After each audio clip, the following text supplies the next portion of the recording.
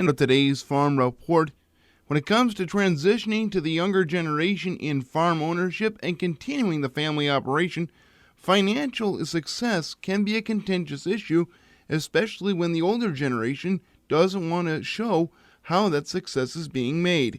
Jim Salfer with the University of Minnesota Extension Service Office shares some tips and advice on how to make the transition from the older to the younger smooth. I work with a fair number of producers each year that are transitioning the farm, and I don't often work with finances, but often get in part of those discussions as we have meetings on these farms.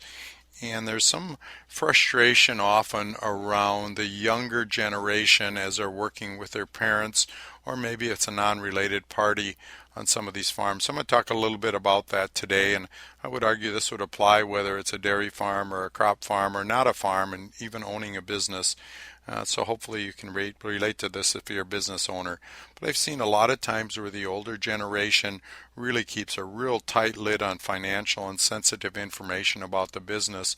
I'm working with a family now where it's two in-laws that are working with their father and or father-in-law, and one is in their mid-30s and really knows nothing about the finances, and it's frustrated mostly from the standpoint is they don't know what's making this farm successful. It is a successful farm, but they don't, they're just really frustrated. They're concerned that as they get older that they're not going to have the financial skills to continue the success of the farm. So oftentimes I see that as a motivating factor, not so much that they're going to blab the financial information all over the neighborhood, but it's mostly that they just want to make sure that that farm continues to be successful and as successful as it was before after they take over the business.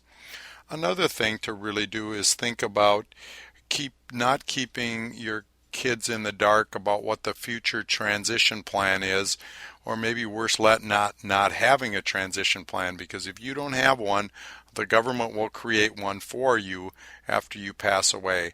And so it's really important to sit down with all family members and maybe start with the ones involved with the farm, or start with yourself and think through what are your goals and objectives. And I know oftentimes people do that because they're concerned about the conflict between maybe children that live off the farm and children that live on the farm, and whether it's fair or not. I think the older generation really needs to think that through, but by rights they're the ones that have the assets, and so they can really distribute those however they please. But it is important to have that conversation and then try to share it with everyone, because to me it's always better if that conflict happens a little bit earlier than later, because at least then everyone has a chance to share how they feel and maybe explain the position that and why a particular transition plan is set up the way it is. So I think these are not easy things to discuss, but I think it really does help move the transition forward and really help continue to move the business forward and be successful in the future. This has been Jim Salfer with the University of Minnesota Extension in St. Cloud.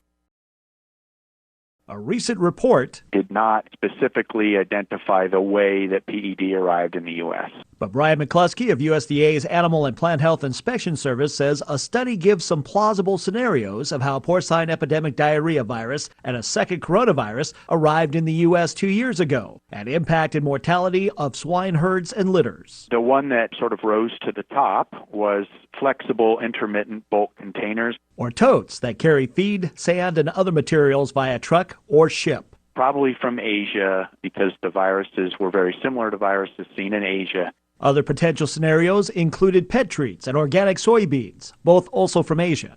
McCluskey says a better indication of how PED and similar viruses are being transmitted will help in the development of preventative measures. From APHIS's perspective, I think we can make recommendations to industry about what mitigations they could take. I'm Rod Bain reporting for the U.S. Department of Agriculture in Washington, D.C.